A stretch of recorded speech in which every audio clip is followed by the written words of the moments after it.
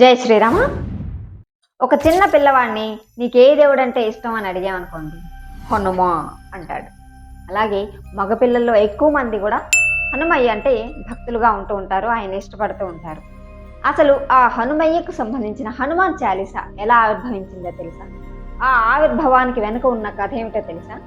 యాక్చువల్గా నేను కథ అంటున్నాను కానివ్వండి, అనడానికి ఇది కథ కాదు, నిజంగా వాస్తవంగా జరిగింది. తులసీదాస్ గారు కాశీలో ఉంటూ ఉండేవారు. ఆయన ప్రతిరోజు సంధ్యావందనం చేసుకుంటూ ఉండేవారు. సంధ్యావందనం చేసుకుని ఆ నీటిని, అంటే అక్కడ గంగాదేవి కదండి, ఆ నీటిని ఒక రావి చెట్టు మొదట్లో పోస్తూ ఉండేవారు. అలా ప్రతిరోజు చేస్తూ ఉండేవారు. ఒక రోజున ఆయన నీరు పోసి వెనక్కి తిరగగానే ఆ చెట్టు మీద నుంచి ఒక బ్రహ్మ రాక్షసుడు దిగి వస్తాడు. అంటే గంగాదేవి స్పర్శ ప్రతిరోజు తగులుతూ ఉండడంతో ఆయనకి పూర్వ జ్ఞానం కలుగుతుంది అన్నమాట.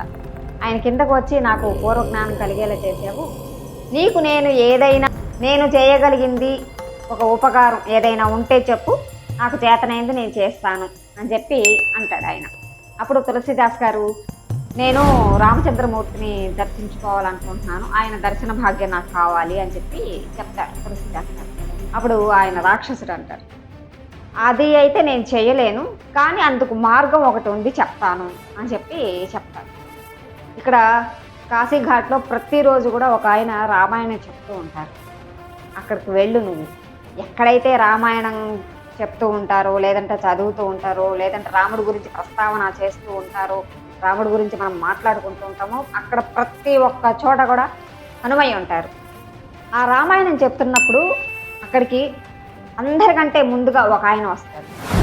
ఆ రామాయణం అయిపోయిన తర్వాత అందరికంటే చివరిగా ఒక ఆయన వెళ్తూ ఉంటారు. ఆయనే హనుమ. గుర్తుపెట్టుకో, ప్రతిరోజు అదే రూపంలో రావాలని లేదు, ఎప్పుడైనా ఏదైనా రూపంలో రావచ్చు, కానీ నువ్వు గుర్తుపట్టగలగాలి అని చెప్పి రాక్షసుడు చెప్తారు. సరే అని తులసీదాస్ గారు రామాయణం జరుగుతున్న సభకి వెళ్తారు. అందరికంటే మొదటిగా ఒక ఆయన వస్తారు. ఆ రామాయణం అంతా అయిపోయిన తర్వాత ఒక ఆయన చివరిగా అన్నమాట కళ్ళ నీళ్లు ఇట్లాగా తుడుచుకుంటూ, ఆయన మళ్ళీ మధ్య మధ్యలో సంతోషపడుతూ అలా ఒక ఆయన వెళ్తూ ఉంటారు. ఆయన లక్ అనమాట, తులసీదాస్ గారి లక్. ఆ రోజు కూడా ఆయన గుర్తుపట్టే రూపంలోనే వచ్చారు హనుమ. ఈయనే హనుమ అని చెప్పేసి తులసీదాస్ గారు ఆయన్ని వెంబడిస్తారు, వెనకాలే ఫాలో అవుతారు. వెంటనే హనుమయ్య, నన్ను ఎవరో ఫాలో అవుతున్నారు అని చెప్పి, ఏంటి నా వెంట పడుతున్నావు, ఎవరు నువ్వు అని చెప్పి ఆయన కొంచెం గట్టిగా గద్దిస్తారు. వెంటనే ఆయన కాళ్ళు పట్టేసుకొని తులసీదాస్ గారు, మీరు హనుమ, నాకు తెలుసు, నాకు రాముడి దర్శన భాగ్యం కావాలి, నేను లేదంటే మీ పాదాలను వదలను అని చెప్పి గట్టిగా పట్టేస్తారు. వెంటనే ఆయన దర్శనం ఇచ్చేస్తారు హనుమయ్య, ఆయన ఒరిజినల్గా వచ్చేస్తారు. అప్పుడు ఆయన హనుమ చెప్తారు, రామయ్య దర్శన భాగ్యం అంటే అంత సులభం కాదు, ఎంతో సాధన ఉండాలి, నువ్వైతే రామయ్య గురించి సాధన చేస్తూ ఉండు, ఆయనే నీ భక్తికి మెచ్చి కనబడతారు అని చెప్పి చెప్తారు. సరే, ప్రతిరోజు కూడా తులసీదాస్ గారు ఆయన్ని ధ్యానిస్తూనే ఉంటారు రామయ్య. కొన్నాళ్ళకి ఇద్దరు రాజభటుల రూపంలో వస్తారు. వచ్చి రావి చెట్టు దగ్గర ఆయన కూర్చొని ఉంటారు తులసీదాస్ గారు. అక్కడే ఆయన ధ్యానం చేస్తూ ఉంటారు. కొద్దిగా దూరంగా ఇద్దరు రాజభటులు కూర్చొని ఉంటారు. ఒక 2-3 నిమిషాలు అక్కడ కూర్చొని వెళ్ళిపోతారు వాళ్ళు. వెంటనే హనుమ వస్తారు. గుర్తుపట్టావా, రామలక్ష్మణులు ఇద్దరు వచ్చారు అని చెప్పి అడగగానే, అయ్యో అవునా, నేను చూడలేదే అని చెప్పి తులసీదాస్ గారు అంటారు. నీ పక్కనే రాజభటుల వేషంలో వచ్చి కూర్చున్నారు కదా అంటే, అరే రే, నేను ఎంత తప్పు చేశాను, నేను గుర్తుపట్టలేకపోయానని చెప్పి ఆయన ఏడుస్తారు. సరే సరే, ఏం పర్వాలేదు, మళ్ళీ సాధన చెయ్యి, నిన్ను అనుగ్రహిస్తారు అని చెప్పి అంటారు. సరే, మళ్ళీ సాధన చేస్తూ రామ రామ రామ అలా నిత్యం ధ్యానిస్తూనే ఉంటారు. ఒకసారి తులసీదాస్ గారు రాముడి కోసం అని చెప్పేసి చందనం తీస్తూ ఉంటారు. అప్పుడు ఒక చిన్న పిల్లాడు వచ్చి, తాత తాత నాకు కూడా చందనం వేయవా అని చెప్పి అంటారు. ఆ బాలుడే రాముడు అన్నమాట. అది ఆయనకు తెలియదు. లేదు లేదు, ఇది రాముడి కోసం నేను ఇవ్వను నీకు అని చెప్పి అంటారు ఆయన. వెంటనే హనుమంతుడు, అరే రే, రాముడి పిల్లవాడి రూపంలో వస్తే ఈయన మళ్ళీ గుర్తుపట్టలేదు అని చెప్పి ఆయన చిలక రూపంలో హనుమంతుడు వచ్చి అక్కడ పాట పాడుతూ ఉంటారు. రాముడు చిన్న పిల్లవాడిగా వచ్చాడు, కానీ తులసీదాస్ గుర్తుపట్టట్లేదు అని చెప్పి ఒక పాట రూపంలో పాడగానే వెంటనే తులసీదాస్ గారు అది అర్థం చేసుకుని ఆ పిల్లవాడి కాళ్ళ మీద పడిపోయి గట్టిగా పడేస్తుంది. అప్పుడు రామచంద్రమూర్తి ఆయన దర్శనం ఇస్తారు. అప్పుడు రామచంద్రమూర్తి తులసీదాస్ గారితో అంటారు, రామాయణాన్ని ఉత్తర భారతదేశంలో రామచరితమానస్ అనే పేరుతో రాయి, చాలా కీర్తి గడిస్తావు నువ్వు అని చెప్పి ఆయన్ని దీవించేసి వెళ్ళిపోతారు. అందుకే ఉత్తర భారతదేశంలో రామచరిత మానస్ కానీ హనుమాన్ చాలీసా కానీ ఈ రెండిటిని ప్రతిరోజు కొన్ని లక్షల మంది పారాయణ చేస్తూ ఉంటారు. సరే ఈయన రామాయణం రాస్తూ ఉంటారనమాట. ఒకసారి తులసిదాస్ గారు కాశీఘాట్ దగ్గర నుంచొని ఉంటారు. ఒక ఆవిడ వచ్చి ఆయన కాళ్ళకి దండం పెడతారు. వెంటనే ఆయన దీర్ఘ సుమంగళి భవ అని దీవిస్తారు.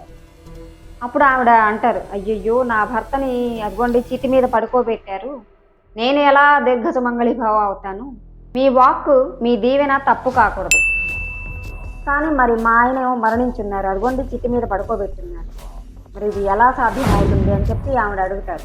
అప్పుడు తులసిదాస్ గారు అంటారు, ఇది నేను దీవించిన దీవెన కాదమ్మా, నా నోట్లోంచి ఆ రామభద్రుడే పలికించారు అని ఆయన ఆ శవం దగ్గరకు వెళ్ళి ఆయన మీద కమండలంలో నీళ్లు చల్లి రామనామాన్ని ఆయన అక్కడ ఉచ్చరిస్తారు. ఆయన వెంటనే లేచి కూర్చుంటారు. ఇదంతా ఆ రాజ్యాన్ని పాలించే పాదుషా భటులు చూస్తారు. ఈయనెవరో మంత్రగాడిలాగా ఉన్నాడు అని చెప్పి పాదుషాకి ఈ వార్త చేరవేస్తారు. ఒక ఆయన చనిపోతే ఈయనెవరో పెద్ద ఆయన నీళ్లు చల్లేసి ఆయన్ని లేపి కూర్చోబెట్టారు, ఈ దగ్గర ఏవో మంత్రజాలం ఉంది అని చెప్పగానే పాదుషా తులసిదాస్ గారిని పిలిపిస్తారు. నీ దగ్గర ఏవో మాయలు మంత్రాలు ఉన్నాయి కదా, గారడీ విద్యలు, నువ్వు ఏవి చెయ్యి నేను చూస్తాను అని చెప్పి పాదుషా అంటారు.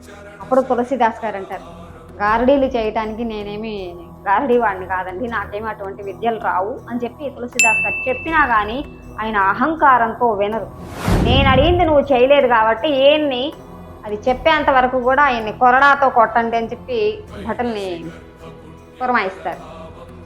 భటులు వచ్చి ఆయన్ని కొట్టబోతుంటే అప్పుడు ఆయన హనుమాన్ చాలీసా జయ హనుమాన్ జ్ఞాన గుణసాగర జయ కపీసతి లోక ఉజాగర ఇంకా మొదలు పెడతారనమాట. ఆ సమయంలో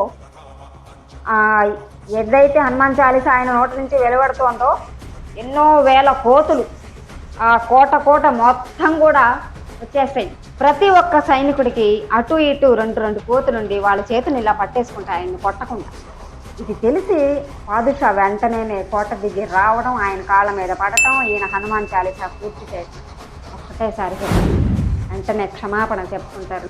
అప్పుడు ఆ సమయంలో హనుమాన్ చాలీసా ఉద్భవించింది. ఇది నిజంగా జరిగినది, ఇదేమి కథ కాదు, వాస్తవం. అందుకే మనకి ఏదైనా ఆపద వచ్చినప్పుడు కానీ కష్టం వచ్చినప్పుడు కానీ మనం వెంటనే హనుమాన్ చాలీసా అనేది మనం పఠించామంటే తప్పకుండా ఆ సమస్యకి పరిష్కారం దొరకటమో లేదంటే మనకు ఒక మార్గం కనిపించటమో జరుగుతుంది.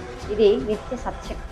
అలా ఆవిర్భవించింది హనుమాన్ చాలీసా. వీడియో నచ్చితే లైక్ చేసి సబ్స్క్రైబ్ చేసుకోండి. ఇలాంటి మంచి మంచి విషయాలు మన ఛానల్లో చాలా ఉంటాయి.